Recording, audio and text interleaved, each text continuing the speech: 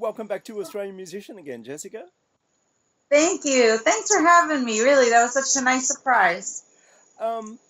August 19th, I think last week was Jessica Lynn Day. How did that happen? I was so surprised about that. We did my big homecoming show on that day. So in my hometown, they threw this big all-day music festival in honor of our return, and we headlined it at night. And halfway through the show, one of the guys from the Lions that was running the event said, "I got to do a raffle, so I need you to stop the concert and let me on stage to do this raffle." Yeah. So I said, "Okay, no problem." And then he's asking me to help him pick the tickets out and stuff. And he said, "Oh, and there's one more prize, and we have to look over there." And we have these big video screens. So when we looked over there, they had on the big county center, they had filmed that it said it's officially declared Jessica Lynn Day by the New York State Senate. And that was just the most incredible feeling. I was not expecting that at all, and I burst into tears on stage because I was just so honored and excited, and that was just so cool. Yeah. You've just come back from a 2-month tour of Europe. How does a country artist from New York break into Europe? Everything sounds so strange when you put it like that, doesn't it? Yeah. So how everything in Europe happened, it's actually kind of odd. 2 years ago, or maybe a year and a half ago at this point, we got a cold email, and I thought it was one of those spam things, like from India, like, "Oh, we want you to come to whatever, please send whatever to this address." So my dad, who manages me, we're looking at it, we're like, this looks weird. It said, "Please come to France," and all this stuff. And then there was a signature on it. So we looked into the signature, and it was actually a very legitimate production company. Sure. So long story short, we wound up headlining. I didn't know I had all these fans in France, and we wound up headlining a huge country music festival over there last May, 15,000 people. And out of that, all these bookers and agents and things were there. And all these offers started coming in for this past summer, as well as when I was there in France the first time, we had an opportunity to go and meet with a very well-known producer in Belgium who had gotten wind that I was coming overseas. So I went to the studio and we hit it off and wound up co-writing some stuff together. And so out of all of that came my first international release that was produced by that well-known Belgian producer, and this huge European tour that we just got off. One of the gigs was ZZ Top support? Yes, it was, and I'm a huge fan. That was something I was looking forward to. When we got the call about that gig, I was in total shock. Yeah. We opened for them in France, in the north of France, and what an experience. I mean, it truly was amazing. That was a definite pinch me moment for me. Like, wow, I was looking at all of their stuff backstage. Like, I can't believe I'm opening for one of my favorite bands right now, and in France of all places. Yeah. That was a great crowd, a great stage. It was so great. Yeah. Dream come true. You've been known to do a ZZ Top cover on stage? Yeah. Yes, Tush is one of my favorite songs of all time. Yeah. And I've been singing that song for years and years, and it's been in my live show for a couple of years now. And it was weird to not be able to play it because they were going to be playing it. In regard to travel, what does it do for you in a creative sense? Oh, that's an interesting question. A lot of times, actually, I would say that all of the travel that we do kind of stops my creativity, actually, because I'm so tired when we're on tour. That's the thing about being on tour. I don't get tired of playing. I don't get tired of seeing new places, working really hard. I mean, touring is hard work. The one thing that it does, like at the end of the 2 months, I just needed a nap. Like, I was just so physically tired. Sure. And when I'm that physically tired, I have a hard time being creative because your brain is just wants to shut off. So the thing that really does inspire me is not really the travel, but it's the performances and seeing the excitement from the crowds and the reaction to the music. And that's what makes me really want to write more and be creative. And a few times on the road, actually at sound checks, I would kind of get this little burst of melody or whatnot, just thinking about how exciting it was going to be playing the show later that night. And that's really where my creativity comes from on the road. The traveling wears me out like you wouldn't believe. Yeah. Your band is very much a family affair. Do you think you would have been able to achieve the things that you have so far without that family connection? No, I don't. And I'm a big believer that your support system is a big, big piece of your make or break. Having just people that believe in you, that push you, and you don't feel like you could push yourself, and that you just always know we're there to pick you up and help you move along. And this business can be such a scary place and a scary thing to navigate. And a lot of people that are out there to try to use you and not be a part of your life for the right reasons. So having my family a part of all of this has really been that strong and genuine support system. I know I can count on them. I know that they genuinely have my best interest at heart, and that really helps you push forward sometimes. Yeah. So touring Europe for 2 months, the band must have been sounding pretty tight.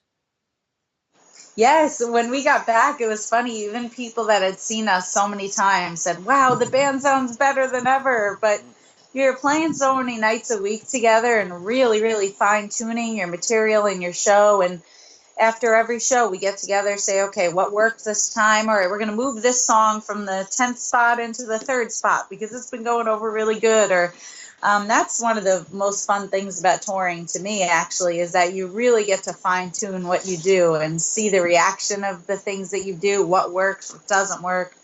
And that's been a very exciting part of touring on this trip in particular. So on a tour like that, how many guitars did you take? Oh, gosh. We each took 2 guitars. Yeah. The bassist, my dad, he only took 1. And really, for when we tour in the States, we take a lot more instruments with us. But the commuter flights within Europe, you have to pay for seats for all your guitars. Yeah. So the planes are just tinier. So all of the guitarists actually got special, thank you to Mono Creators, cases, by the way. We got double cases. So I had this big case that carried an acoustic and an electric in one case, made by Mono. And Reunion Blues is our other case company that outfitted us. And they saved us because of the 2 guitars in one bag. That was really a money saver. It really adds up carrying that much gear with you through all those flights and things. But it was heavy. I was carrying usually about 40 pounds on my back in that thing. But it puts you in shape too, so that's that's good. You get to work out at the same time. Yeah. So it was your white D'Angelico, the main guitar that you took? I wanted to. That's my favorite. That's actually my favorite guitar that I own, the white D'Angelico. But because of the tilt of the headstock, it wouldn't fit in that slim bag for the 2, so I couldn't take it on the road. But I did take and I missed it very much, but I did take my D'Angelico acoustic, and then I took my signature Jessica Lynn Santo Tonecaster, which is like a Telecaster type of guitar, and it has my name burned into it. So that was fun to take. Yeah. Your latest single is a song called Crazy Idea. Tell me about that song. So that song was co-written in Belgium when I went to record the EP and write it. It was actually a lot of pressure on me because I only had 1 week to write and record the EP. And for me, I'm like, oh my gosh, what if we don't come up with stuff that I really like? What do we do? What's the game plan at that point? But I had such great chemistry, both professionally and personally, with this team that everything just flowed out. We had more material than we knew what to do with by the end. The first 3 days were like writing days. And Crazy Idea was actually one of the first ones that we had written.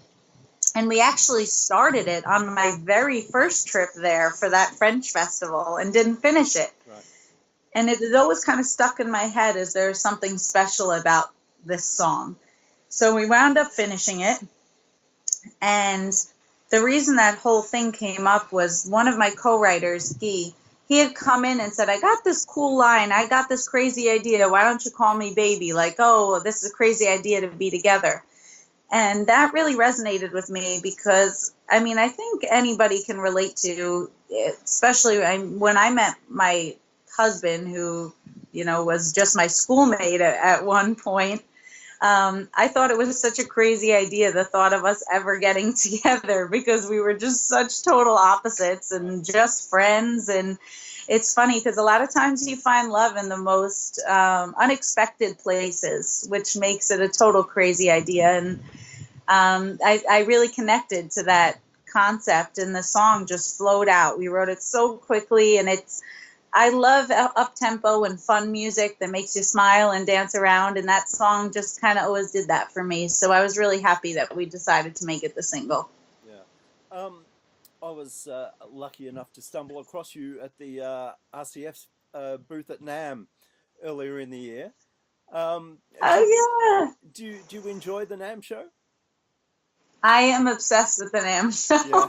We've gone every year for 4 years now and showcased, even on like the big stage at night. Yeah. And NAMM is so cool because you have people that love to do what you do, that have the same interests and hobbies and as you from all over the world that come together to a single place. Like, that is just such a cool concept. And what a crazy idea.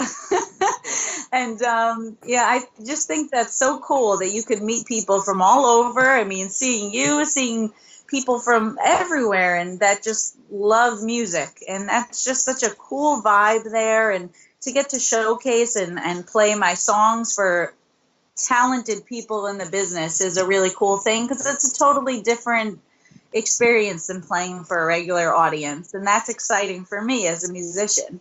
Yeah. You had 2 television specials before you'd even released an audio single. The European tour seems to have just come out of the blue. Do you actually plan anything, or do you just allow life to happen? That's a funny question. I am a planner in life. Like, I am extremely organized. I don't like surprises, but as you know, life always surprises you, and you never quite know what turn you're going to take. And as much as I planned, I had no idea I was going to be going to Europe. I actually said to my husband on this tour, can you believe we're in Europe playing country music? Like, what have our lives become? You know, what a crazy dream this is. And I had never expected that. I always knew that I wanted to play music and that I wanted to tour. And we've been touring the States for a few years now. We've been very lucky in the States. I've gotten to open for people like Loretta Lynn and Jody Messina and a bunch of really wonderful artists. But the European thing, kind of, as I mentioned, out of one email, this whole thing just stormed. And that's you know what I find so cool about life is that you never really know where you're going to end up, but you always wind up where you're supposed to be. And these last 2 years have been just an incredible whirlwind of a dream come true for me. And I feel so blessed and excited and about what's around the next corner, really. Yeah. So what do you have planned for the rest of the year and into 2018? Well, we're working on our U.S. tour dates now. As an independent artist, this has been seriously a challenge because usually every year we just plan, we put all our planning and resources into one big U.S. tour. But this year with this huge European tour, it's like, okay, now we got to tour in the U.S. and support this release. The whole EP comes out here September 1st, so it was a staggered release. It came out May 30th in Europe in support of our tour. So we're planning our U.S. tour dates now, and the EP will release, and I really hope to get a record deal this year. That's my main goal for the year because things are they're growing too much for me to handle on my own anymore. All the touring, and it's a lot for my small family operation to handle at this point. So we're hoping to add more people to our team to help us keep growing and advancing. And then I hope also, hopefully out of a successful year with this new release, to record the full-length album. Okay, and then we'll start thinking about the Australian tour. Yeah, I want to come to Australia so bad. And I just hear it's amazing there, and I really, really would love to do that. I'm like, I don't know if I can handle, though, USA, Europe, and Australia at once. I think I'm definitely going to need to wait for a label for that to happen. But hopefully soon. Yeah, has to happen one day. All right, Jessica, it was great to chat again, and all the best with your music, and we'll catch you soon. Thank you so much, Greg. It was so nice seeing you. Okay, bye-bye.